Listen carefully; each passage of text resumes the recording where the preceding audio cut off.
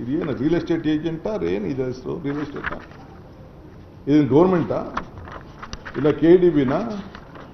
ಇಲ್ಲ ಫ್ಯಾಮಿಲಿ ಫರ್ಮಾ? ಯಾವ್ದಾದ್ರು ಫ್ಯಾಮಿಲಿ ಫರ್ಮಾ ದಂಧೆ ಮಾಡ್ತಾ ಇರೋರು? ಯಾವ ದಂಧೆ ಅಂತ ಕರೆಯೋಣ? ಯಾರು ರಿಯಲ್ ಎಸ್ಟೇಟ್ ಏಜೆಂಟು? ಲೆಟರ್ ಅಲ್ಲ, ಪ್ರೊಸೀಡಿಂಗ್ಸ್ ಆಫ್ ಚೀಫ್ ಮಿನಿಸ್ಟರ್. ಮುಖ್ಯಮಂತ್ರಿಗಳ proceedings meeting proceedings signed by ನಮ್ಮಣ್ಣ. Proceedings of chief minister. Proceedings ಎಲ್ಲ ಕೊಡ್ತೀವಿ ಬಿಡಪ್ಪ. ಡೇಟ್ ಎಲ್ಲ ಏನ್ ಬೇಕು ಡೇಟ್ ಹೇಳಿದಾನ. 23/9/2006.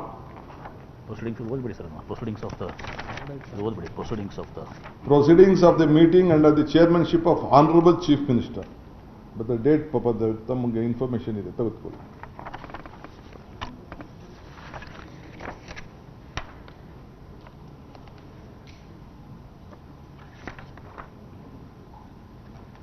ಅದಾದಮೇಲೆ 2019 ಆದಮೇಲೆ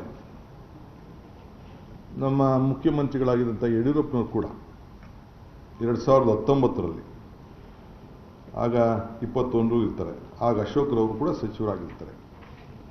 ರಾಜ್ಯಕ್ಕೆ ಹೊಸ ಬಂಡವಾಳ ಬೆಂಗಳೂರಿಗೆ ಸಮೀಪದಲ್ಲಿ ಹೂಡಿಕೆಯಾಗುವ ಸಾಧ್ಯತೆ ಇರುವುದರಿಂದ ಕೈಗಾರಿಕೆಗಳು, ವಸತಿಗಳು ಮತ್ತು ವಾಣಿಜ್ಯಗಳಿಗಾಗಿ ಹಲವಾರು ಇಂಟಿಗ್ರೇಟೆಡ್ ಟೌನ್ಶಿಪ್ಗಳ ಅವಶ್ಯಕತೆ ಇರುತ್ತದೆ. ಇದಕ್ಕಾಗಿ ಈ 9,000 ಎಕರೆ ಭೂಮಿ ಸೂಕ್ತವಾಗಿರುತ್ತದೆ. ಆದ್ದರಿಂದ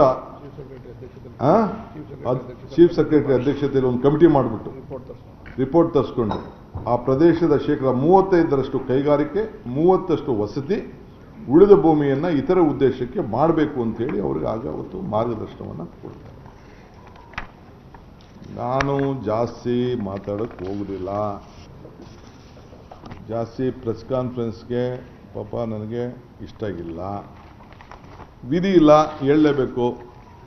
ನನಗೆ ಪಾಪ ಯಾರು ಬಂದು ಈ ವಯಸ್ಸಲ್ಲಿ ಗಾಂಧಿ ಸ್ಟ್ಯಾಚ್ಯೂ ಮುಂದೆ ಪಾಪ ಯಾರಿಗೆ ಮನಸ್ಸು ನೋಯಿಸೋಕ್ಕೆ ಇಷ್ಟ ಇಲ್ಲ. ನನ್ನ ತಾಯಿ ಪೊರಕೆಗೇಟು ನಮ್ಮ ಅಧಿಕಾರಿಗಳು ಹೊಡೆಯೋ ಅವಶ್ಯಕತೆ ಇಲ್ಲ. ನನಗೆ ಬೇಕಾದ್ರೆ ಹೊಡೆಯಲಿ, ನಾನು ಹೊಡೆಸ್ಕೊಳ್ಳೋಕೆ ರೆಡಿ ಇದ್ದೀನಿ. ನಂದೇನಾದ್ರು ತಪ್ಪಾಗಿತ್ತು, ನಾನೇನಾದ್ರು ತಪ್ಪು ಮಾಡಿದರೆ, ಅವ್ರ ಬದುಕಿಗೆ ನಾನೇನಾದ್ರು ಕೈ ಹಾಕಿದರೆ, ನಾನು ಈ ವಾಸ್ತವಾಂಶ ತಿಳಿಸ್ಬೇಕಲ್ಲ, ಇದನ್ನ ಎಲ್ಲರಿಗೂ ತಿಳಿಸ್ಬೇಕಲ್ಲ.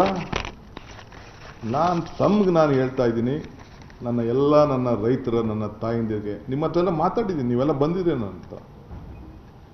ನಾನು ಬಲವಂತವಾಗಿ ಯಾವ ಕಾರಣಕ್ಕೂ ನಿಮ್ಮ ಜಮೀನು ತೆಗೆದುಕೊಳ್ಳುವಂಥ ಅವಶ್ಯಕತೆ ನಮ್ಮ ಸರ್ಕಾರಕ್ಕಿಲ್ಲ. ಮುಖ್ಯಮಂತ್ರಿಗಳಾದಂಥ ಗೌರವಾನ್ವಿತ ಕುಮಾರಸ್ವಾಮಿಯವರು, ಯಡಿಯೂರಪ್ಪನವರು ಏನು ಮಾರ್ಗದರ್ಶನವನ್ನು ಕೊಟ್ಟಿದ್ದಾರೆ ಅವೆಲ್ಲ ಮುಂದುವರೆದಂಥ ಯೋಜನೆಗಳು. ಇದು ಕಂಟಿನ್ಯೂಷನ್ ಪ್ರೋಸೆಸ್. ಇದು ನಾನು ಇರ್ಬೋದು, ಇನ್ನೊಬ್ರು ಇರ್ಬೋದು, ಅದನ್ನು ನಾವು ಮುಂದುವರಿಸ್ತಾ ಇದ್ದೀವಿ. ಅದು ಬಿಟ್ಟರೆ ನಾನು ಇದಕ್ಕೆ ಬಲವಂತ ಮಾಡೋದಿಲ್ಲ. ಅವರು ರೆಡ್ ಝೋನು, ಗ್ರೀನ್ ಝೋನ್ಗೋ ಒಂದು ಪ್ರೈವೇಟಾಗಿ ಒಂದು ಸಪ್ರೇಟ್ ಆದೇಶ ಹೊರಡಿಸಿದ್ದಾರೆ. ಅದು ಮುಂದುವರಿತದೆ.